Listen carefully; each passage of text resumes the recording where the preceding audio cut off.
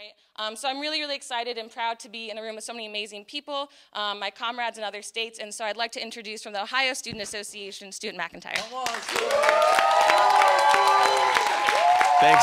Thanks, AFQ. Thank you. So, my name is Stuart McIntyre. I'm the director of the Ohio Student Association. So I want to share with you an Ohio custom. You're probably familiar with it. OH! OH! I do it twice because at the end of next year, sorry, Oregon Ducks, it's going to be 2 straight national championships for the Buckeyes.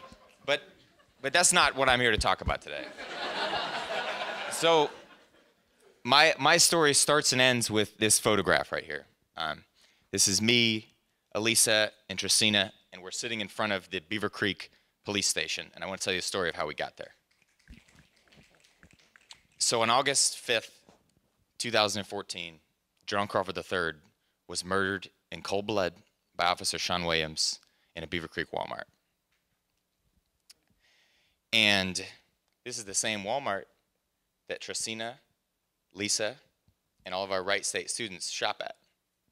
Some of them have stood in that pet food aisle buying food for their pets where John Crawford was murdered and where his blood later lay on that floor. So this was very personal for us. How many of you have seen the video of what happened inside of that Walmart? Well, the video was not immediately released. We called Attorney General Mike DeWine and we said, all right, DeWine, when are you putting out this video? You've got the power to force Walmart to get it out to the public. He says 2 years.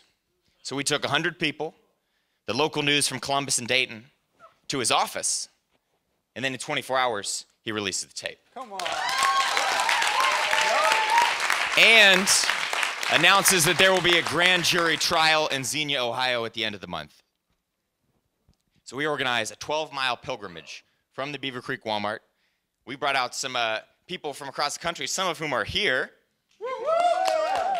that marched with us through the back roads of Greene County. And for those of you who don't know Greene County, there are some sundown towns in Greene County. It is not a friendly place to march.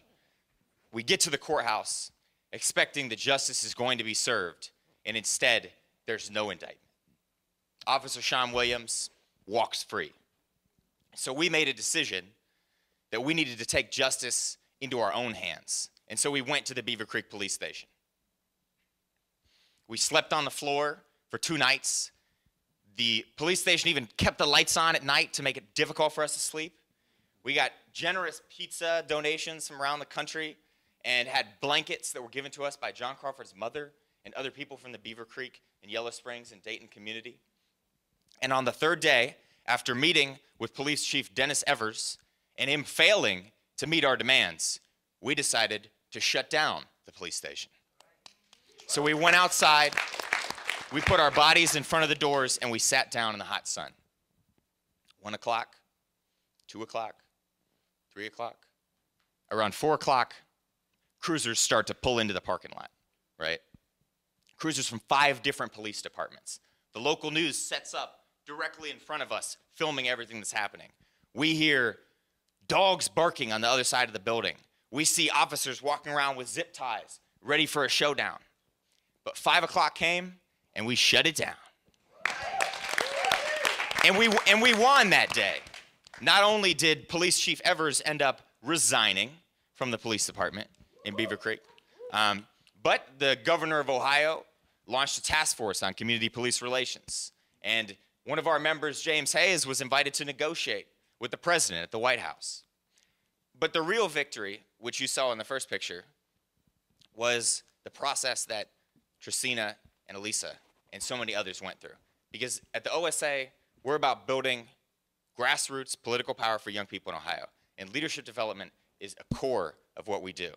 And so when you're sitting out in front of a police station in the hot sun and you hear dogs barking and see officers holding zip ties ready to put them around your wrists, you are in a confrontation with power.